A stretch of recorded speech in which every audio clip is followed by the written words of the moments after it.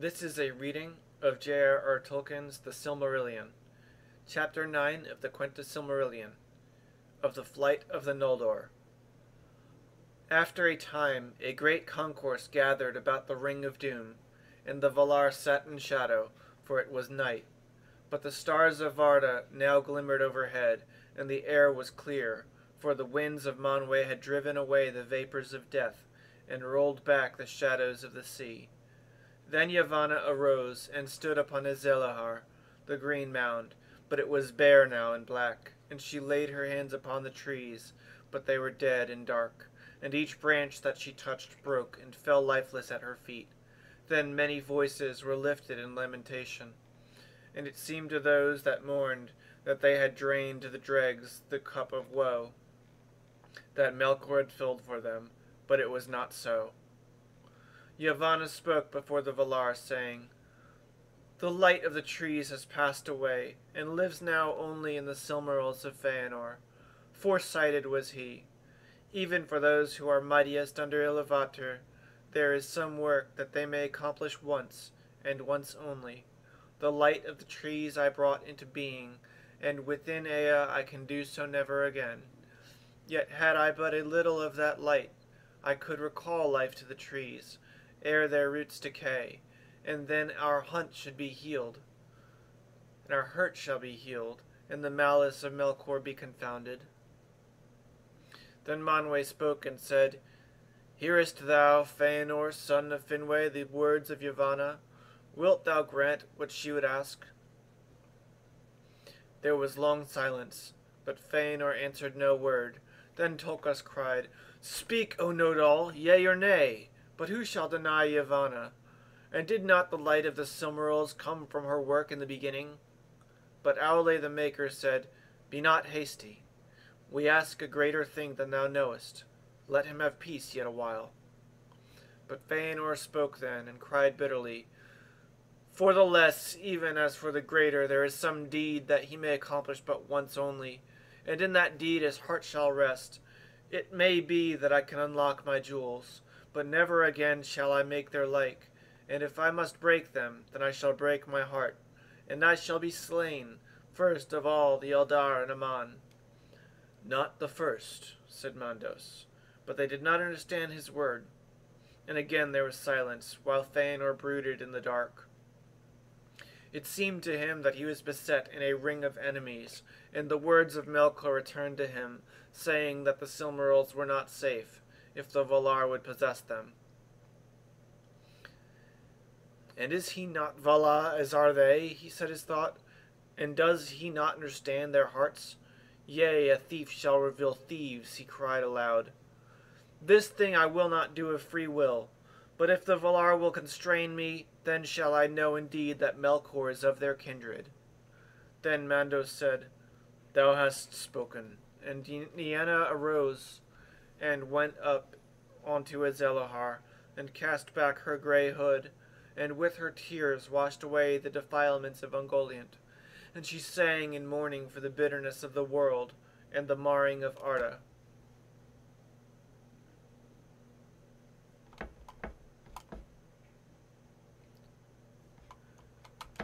But even as Nienna mourned, there came messengers from Formenos, and they were Noldor, and bore new tidings of evil. For they told how a blind darkness came northward, and in the midst walked some power for which there was no name, and the darkness issued from it. But Melkor also was there, and he came to the house of Feanor, and there he slew Finwë, king of the Noldor, before his doors, and spilt the first blood in the blessed realm. For Finwë alone had not fled from the horror of the dark, and they told that Melkor had broken the stronghold of Formenos, and taken all the jewels of the Noldor that were hoarded in that place, and the Silmarils were gone. Then Feanor rose, and lifting up his hand before Manwë he cursed Melkor, naming him Morgoth, the black foe of the world. And by that name only was he known to the Eldar ever after. And he cursed also the summons of Manwë, in the hour in which he came to Taniquetil, thinking in the madness of his rage and grief that had he been in Formenos, his strength would have availed more than to be slain also, as Melkor had purposed. Then Fëanor ran from the Ring of Doom and fled into the night, for his father was dearer to him than the light of Valinor or the peerless works of his hands. And who among sons of elves or of men have held their fathers of greater worth? Many there grieved for the anguish of Fëanor, but his loss was not his alone, and Yavanna wept by the mound, in fear that the darkness should swallow the last rays of the light of Valinor forever. For though the Valar did not yet understand fully what had befallen, they perceived that Melkor had called upon some aid that came from beyond Arda. The Silmarils had passed away, and all one it may seem whether Fëanor had said yea or nay to Yavanna. Yet had he said yea at the first, before the tidings came from Formenos, it may be that his after-deeds would have been other than they were. But now the doom of the Noldor drew near.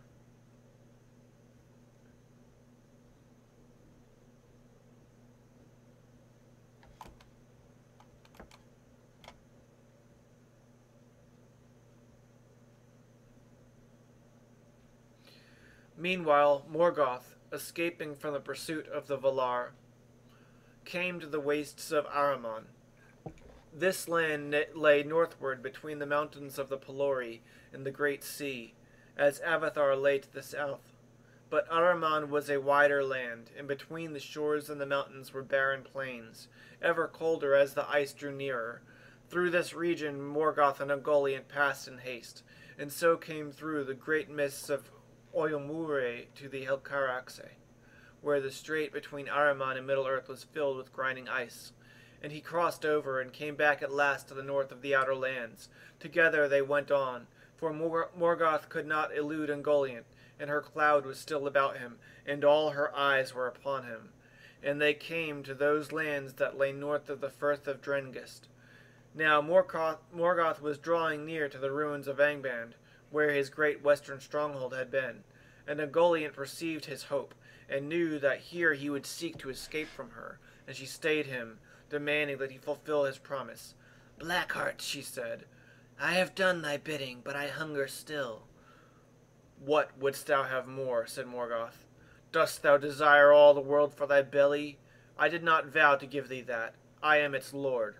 "Not so much," said Ungoliant, "but thou hast a great treasure from Formenos.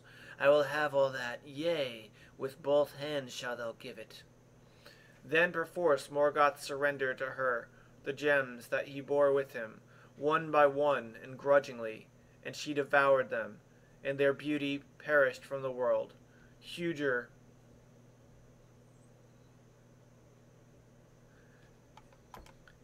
and darker yet she grew, Ungoliant, but her lust was unsated.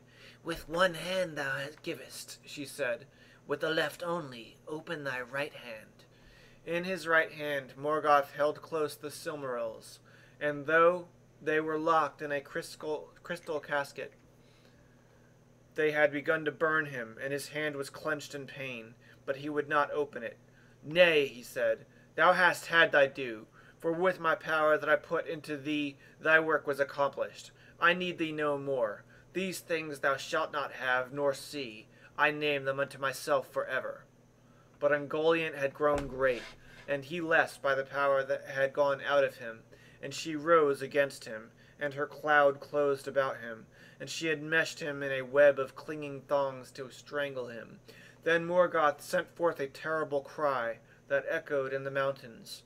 Therefore that region was called Lamoth, for the echoes of his voice dwelt there ever after, so that any who cried aloud in that land awoke them, and all the waste between the hills and the sea was filled with a clamor as of voices in anguish. The cry of Morgoth in that hour was the greatest and most dreadful that was ever heard in the northern world. The mountains shook, and the earth trembled, and rocks were riven asunder. Deep in forgotten places that cry was heard, far beneath the ruined halls of Angband, in vaults to which the Valar in the haste of their assault had not descended, Balrogs lurked still, awaiting ever the return of their lord, and now swiftly they arose. and passing over Hithlum they came to Lamoth as a tempest of fire. With their whips of flame they smote asunder the webs of Ungoliant, and she quailed and turned to flight, belching black vapors to cover her. And fleeing from the north she went down into Beleriand, and dwelt beneath arid Gorgoroth, in that dark valley that was ever after called Nan Dungortheb, the Valley of Dreadful Death, because of the horror that she bred there. For other foul creatures of spider form had dwelt there since the days of the delving of Angband, and she mated with them and devoured them. And even after Ungoliant herself departed, and went whither she would into the forgotten south of the world, her offspring abode there and wove their hideous webs. Of the fate of Ungoliant no tale tells, yet some have said that she ended long ago, when in her uttermost famine she devoured herself at last.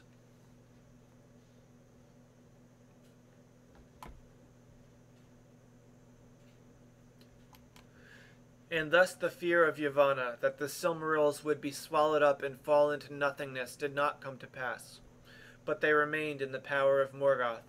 And he, being freed, gathered again all his servants that he could find, and came to the ruins of Angband. There he delved anew his vast vaults and dungeons, and above their gates he reared the threefold peaks of Thangorodrim, and a great reek of dark smoke was ever wreathed around them. There countless became the hosts of his beasts and his demons, and the race of the orc, spread long before, grew and multiplied in the bowels of the earth. Dark now fell the shadow on Beleriand, as is told hereafter, but in Angband Morgoth forged for himself a great crown of iron, and he called himself King of the World. In token of this he set the Silmarils in his crown. His hands were burned black by the touch of those hallowed jewels, and black they remained ever after, nor was he ever free from the pain of the burning and the anger of the pain. That crown he never took from his head, though its weight became a deadly weariness. Never but once only did he depart for a while secretly from his domain in the north. Seldom indeed did he leave the deep places of his fortress, but governed his armies from his northern throne, and once only also did he himself wield weapon, while his realm lasted. For now, more than in the days of Autumno, ere his pride was humbled, his hatred devoured him. And in the domination of his servants, and in the inspiring of them with lust of evil, he spent his spirit. None the less his majesty as one of the Valar long remained, though turned to terror, and before his face all save the mightiest sank into a dark pit of fear.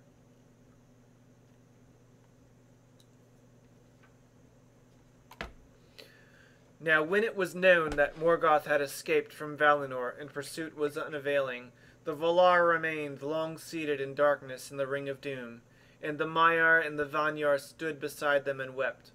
But the Noldor for the most part returned to Tirion, and mourned for the darkening of their fair city.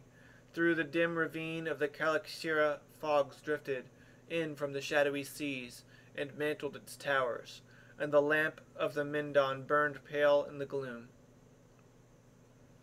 Then suddenly Feanor appeared in the city, and called on all to come to the high court of the king upon the summit of Tuna. But the doom of banishment that had been laid upon him was not yet lifted, and he rebelled against the Valar. A great multitude gathered swiftly, therefore, to hear what he would say. And the hill and all the stairs and streets that climbed upon it were lit with the light of many torches that each one bore in hand. Feanor was a master of words, and his tongue had great power over hearts when he would use it. And that night he made a speech before the Noldor, which they ever remembered. Fierce and fell were his words, and filled with anger and pride. And hearing them, the Noldor were stirred to madness. His wrath and his hate were given most to Morgoth, and yet well nigh all that he said came from the very lies of Morgoth himself. But he was distraught with grief for the slaying of his father, and with anguish for the rape of the Silmarils. He claimed now the kingship of all the Noldor, since Finwë was dead, and he scorned the decrees of the Valar. "Why, O people of the Noldor," he cried, "why should we linger longer serve the jealous Valar, who cannot keep us nor even their own realm secure from their enemy. And though he be now their foe, are not they and he of one kin? Vengeance calls me hence, but even were it otherwise, I would not dwell longer in the same land with the kin of my father's slayer, and of the thief of my treasure. Yet I am not the only valiant in these people. And have ye not all lost your king? And what else have ye not lost, cooped here in a narrow land, between the mountains and the sea? Here once was light, that the Valar begrudged to Middle-earth, but now dark levels all. Shall we mourn here deedless forever, a shadow folk, mist-haunting, dropping vain tears in the thankless sea?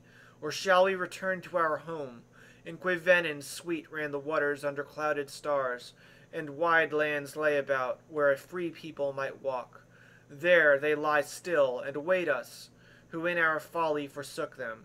Come away, let the cowards keep this city. Long he spoke, and ever he urged the Noldor to follow him, and by their own prowess to win freedom in great realms in the lands of the east, before it was too late, for he echoed the lies of Melkor, that the Valar had cozened them, and would hold them captive, so that men might rule in Middle-earth. Many of the Eldar heard then for the first time of the aftercomers. Fair shall the end be, he cried, though long and hard shall be the road. Say farewell to bondage, but say farewell also to ease. Say farewell to the weak. Say farewell to your treasures. More still shall we make. Journey light, but bring with you your swords, for we will go further than Orome, endure longer than Tolkas. We will never turn back from pursuit. After Morgoth to the ends of the earth, war shall he have, and hatred undying. But when we have conquered, and have regained the Silmarils, then we and we alone shall be lords of the unsullied light, and masters of the bliss and beauty of Arda. No other race shall oust us. Then Fëanor swore a terrible oath. His 7 sons leapt straightway to his side, and took the selfsame vow together, and red as blood shone their drawn swords in the glare of the torches. They swore an oath which none shall break, and none should take, by the name even of Iluvatar, calling the everlasting dark upon them if they kept it not. And Manwë they named in witness, and Varda, and the hallowed mountain of Taniquetil, vowing to pursue with vengeance and hatred to the ends of the world Vala, demon, elf, or men, as yet unborn, or any creature, great or small, good or evil, that time should bring forth, unto the end of days, whoso should hold or take or keep a Silmaril from their possession. Thus spoke Maedhros, and Maglor, and Celegorm, Curufin, and Caranthir, Amrod, and Amras, princes of the Noldor, and many quailed to hear their dread words. For so sworn, good or evil, an oath may not be broken, and it shall pursue oath-keeper and oath-breaker, to the world's end. Fingolfin and Turgon his son thereafter spoke against Fëanor, and fierce words awoke, so that once again wrath came near to the edge of swords. But Finarfin spoke softly, as was his wont, and sought to calm the Noldor, persuading them to pause and ponder ere deeds were done that could not be undone. And Orodreth, alone of his sons, spoke in like manner. Finrod was with Turgon his friend, but Galadriel, the only woman of the Noldor to stand that day tall and valiant among the contending princes, was eager to be gone. No oaths she swore, but the words of Fëanor concerning Middle-earth had kindled in her heart, for she yearned to see the wide, unguarded lands, and to rule there a realm at her own will. Of like mind with Galadriel was Fingon, Fingolfin's son, being moved also by Fëanor's words, though he loved him little. And with Fingon stood, as ever they did, Angrod and Agnor, sons of Finarfin, but these held their peace, and spoke not against their fathers. At length, after long debate, Fëanor prevailed, and the greater part of the Noldor there assembled he set aflame with a desire of new things and strange countries. Therefore, when Finarfin spoke yet again for heed and delay, a great shout went up, Nay, let us be gone. And straightway Fëanor and his sons began to prepare for the marching forth.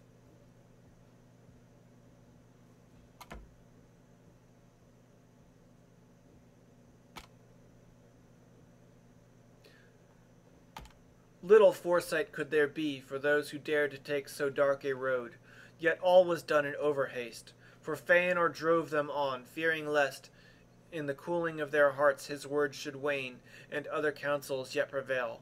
And for all his proud words, he did not forget the power of the Valar. But from Valmor no message came, and Manwë was silent. He would not yet either forbid or hinder Fëanor's purpose, for the Valar were grieved that they were charged with evil intent to the Eldar, or that any were held captive by them against their will. Now they watched and waited, for they did not yet believe that Fëanor could hold the host of the Noldor to his will. And indeed, when Fëanor began the marshalling of the Noldor for their setting out, then at once dissension arose. For though he had brought the assembly in a mind to depart, by no means all were of a mind to take Fëanor as king. Greater love was given to Fingolfin and his sons, and his household, and the most part of the dwellers in Tirion refused to renounce him, if he would go with them. And thus at the last, as two divided hosts, the Noldor set forth upon their bitter road. Fëanor and his following were in the van, but the greater host came behind under Fingolfin, and he marched against his wisdom, because Fingon his son so urged him, and because he would not be sundered from his people that were eager to go, nor leave them to the rash counsels of Fëanor. Nor did he forget his words before the throne of Manwë, when Fingolfin went Finarfin also, and for like reasons, but most loath was he to depart. And of all the Noldor and Valinor, who were grown now to a great people, but one tithe refused to take the road, some for the love that they bore to the Valar, and to Aule not the least, some for the love of Tirion and the many things that they had made, none for fear of peril by the way.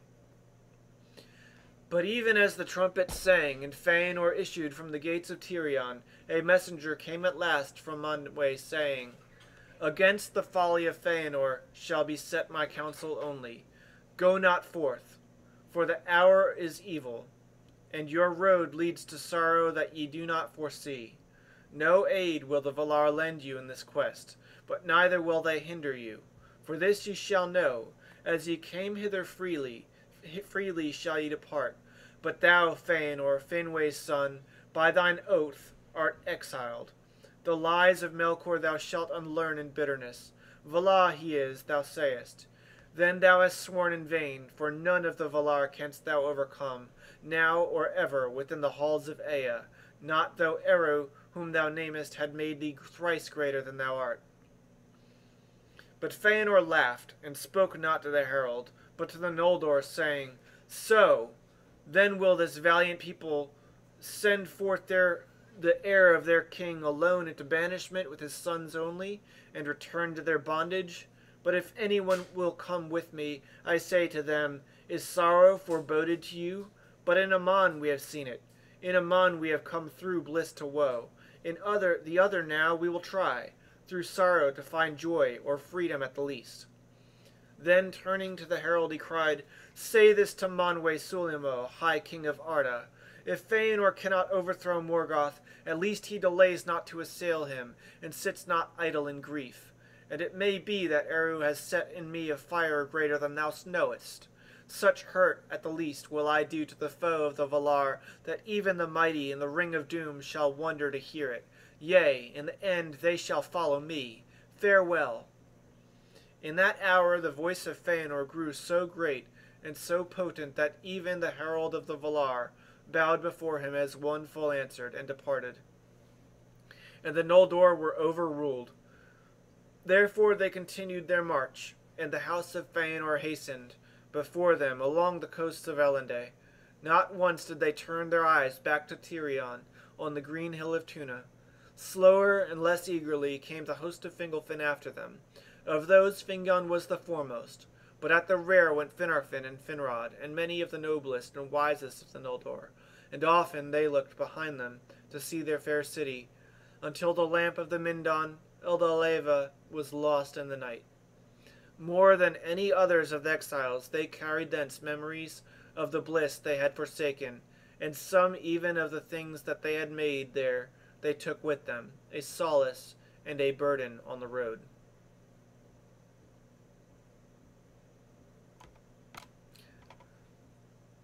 Now Fëanor led the Noldor northward, because his first purpose was to follow Morgoth.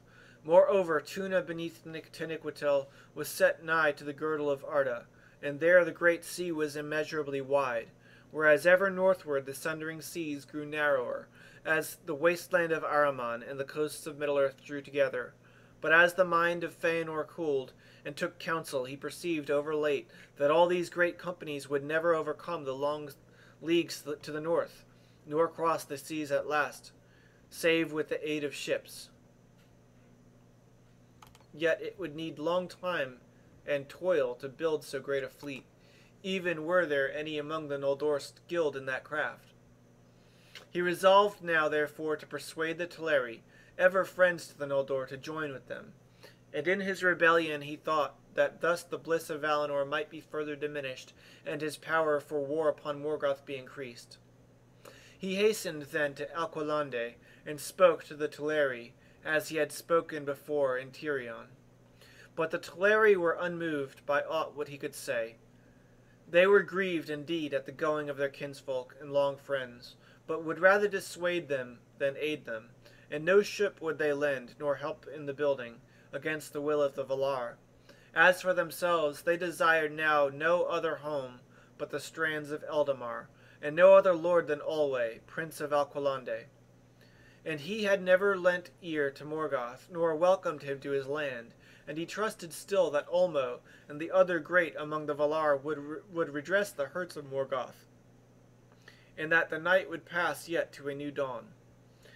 Then Fëanor grew wrathful, for he still feared delay, and hotly he spoke to Olwe. You renounced your friendship, even in the hour of our need, he said. Yet you were glad indeed to receive our aid when you came at last to these shores, faint-hearted loiterers, and well-nigh empty-handed. In huts on the beaches would you be dwelling still, had not the Noldor carved out your haven and toiled upon your walls. But Olwe answered, We renounce no friendship, but it may be the part of a friend to rebuke a friend's folly. And when the Noldor welcomed us and gave us aid, otherwise then you spoke. In the land of Aman we were to dwell forever, as brothers whose houses stand side by side. But as for our white ships, those you gave us not. We learned not that craft from the Noldor, but from the lords of the sea. And the white timbers we wrought with our own hands, and the white sails were woven by our wives and our daughters. Therefore we will neither give them nor sell them for any league or friendship. For I say to you, Fëanor, son of Finwë, these are to us as are the gems of the Noldor, the work of our hearts, whose like we shall not make again. Thereupon Fëanor left him, and sat in dark thought beyond the walls of Alqualande, until his host was assembled. When he judged that his strength was enough, he went to the haven of the swans, and began to man the ships that were anchored there, and to take them away by force. But the Teleri withstood him, and cast many of the Noldor into the sea. Then swords were drawn, and a bitter fight was fought upon the ships, and about the lamplit quays and piers of the haven, and even upon the great arch of its gate. Thrice the people of Fëanor were driven back, and many were slain upon either side. But the vanguard of the Noldor were succored by Fingon with the foremost of it, the host of Fingolfin, who coming up found a battle joined and their own kin falling, and rushed in before they knew rightly the cause of the quarrel. Some thought indeed that the Teleri had sought to waylay the march of the Noldor at the bidding of the Valar. Thus at last the Teleri were overcome, and a great part of their mariners that dwelt in Alqualande were wickedly slain. For the Noldor were become fierce and desperate, and the Teleri had less strength, and were armed for the most part but with slender bows. Then the Noldor drew away their white ships and manned their oars as best they might, and rowed them north along the coast. And Olwe called upon Osse, but he came not, for it was not permitted by the Valar that the flight of the Noldor should be hindered by force. But Wainin wept for the mariners of the Teleri, and the sea rose in wrath against the slayers, so that many of the ships were wrecked and those in them drowned. Of the kinslaying at Alqualande more is told than that lament which is named Noldolante, the fall of the Noldor, that Maglor made ere he was lost. None the less the greater part of the Noldor escaped, and when the storm was past, they held on their course, some by ship and some by land, but the way was long and ever more evil as they went forward. After they had marched for a great while in the unmeasured night, they came at length to the northern confines of the guarded realm, upon the borders of the empty waste of Ahriman, which were mountainous and cold. There they beheld suddenly a dark figure standing high upon a rock that looked down upon the shore. Some say that it was Mandos himself, and no lesser herald of Manwë. And they heard a loud voice, solemn and terrible, that bade them stand and give ear. Then all halted and stood still, and from end to end the hosts of the Noldor the voice was heard, speaking the curse and prophecy which is called the prophecy of the North, and the doom of the Noldor. Much it foretold in dark words, which the Noldor understood not until the woes indeed after befell them. But all heard the curse that was uttered upon those that would not stay, nor seek the doom and pardon of the Valar.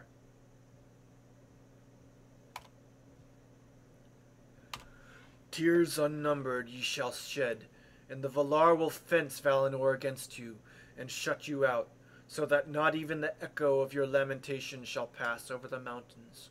On the house of Feanor the wrath of the Valar lieth from the west unto the uttermost east, and upon all that will follow them it shall be laid also. Their oath shall drive them, and yet betray them, and ever snatch away the very treasures that they have sworn to pursue.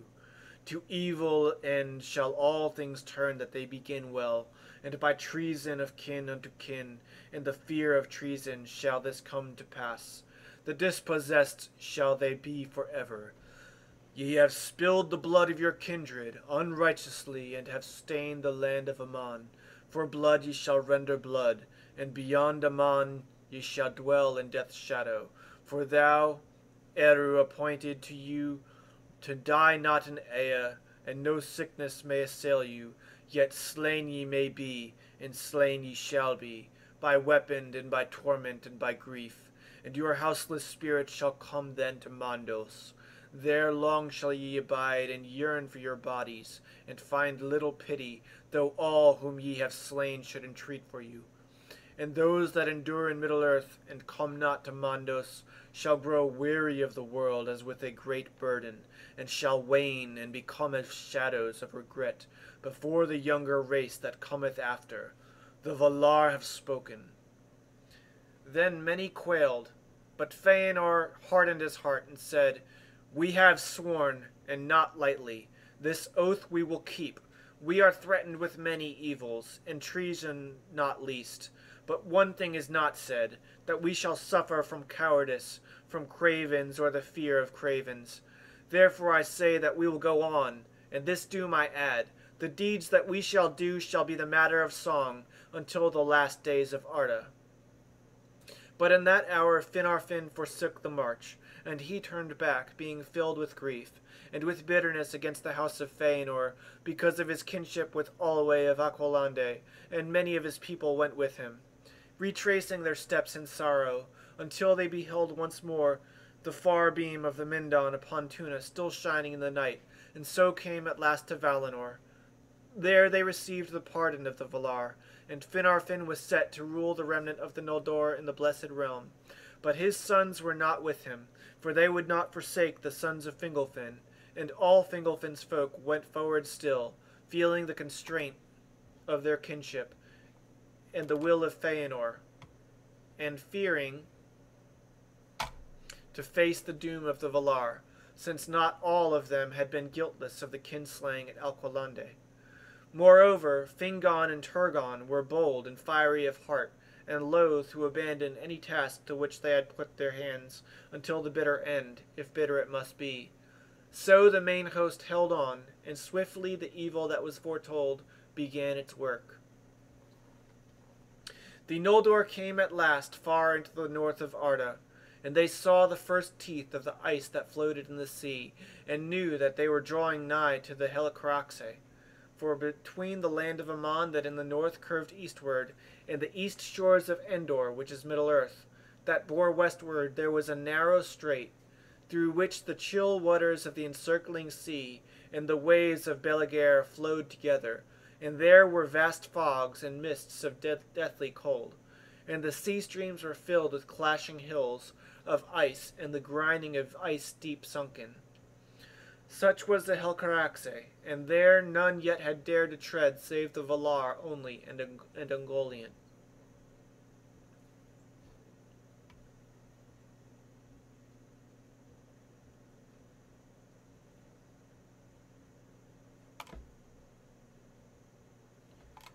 Therefore Fëanor halted, and the Noldor debated what course they should now take.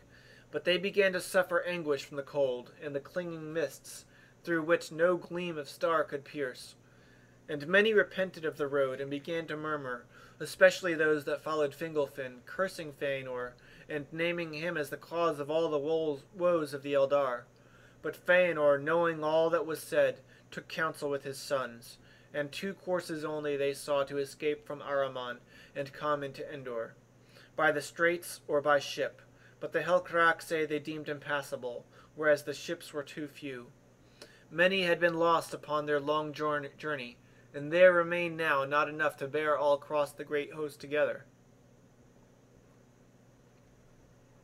Yet none were willing to abide upon the western coast, while others were ferried first. Already the fear of treachery was awake among the Noldor. Therefore it came into the hearts of Fëanor and his sons to seize all the ships and depart suddenly, for they had attained the mastery of the fleet since the battle of the Haven, and it was manned only by those who had fought there and were bound to Fëanor. And as though it came at his call, there sprang up a wind from the northwest, and Fëanor slipped away secretly with all whom he deemed true to him, and went abroad and put out to sea, and left Fingolfin in Ahriman. And since the sea was there narrow, steering east and somewhat south, he passed over without loss, and first of all the Noldor set foot once more upon the shores of Middle-earth. And the landing of Fëanor was at the mouth of the firth which was called Drangist, and ran into Dor-lomin. But when they were landed, Maedhros, the eldest of his sons, and on a time the friend of Fingon, ere Morgoth's lies came between them, spoke to Fëanor, saying, Now what ships and rowers will you spare to return, and whom shall they bear hither first? Fingon the valiant?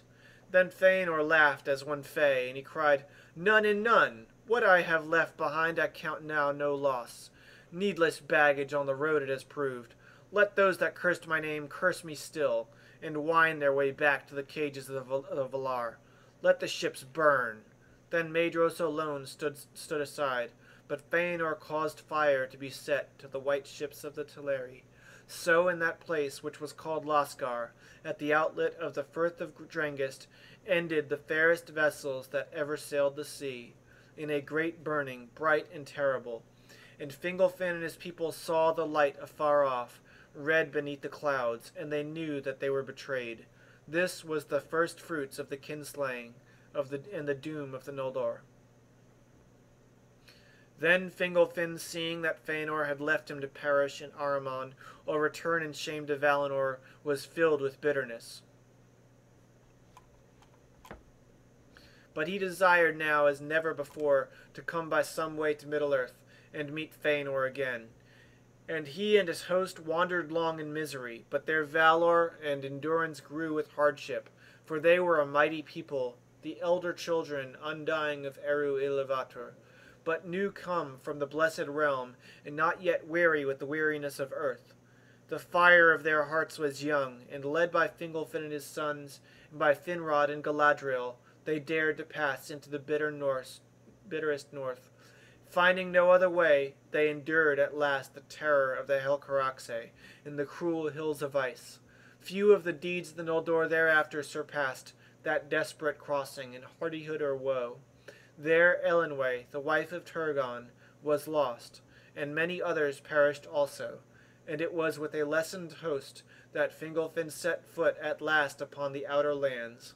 Small love for Feanor or his sons had those that marched at last behind him, and blew their trumpets in Middle-earth at the first rising of the moon.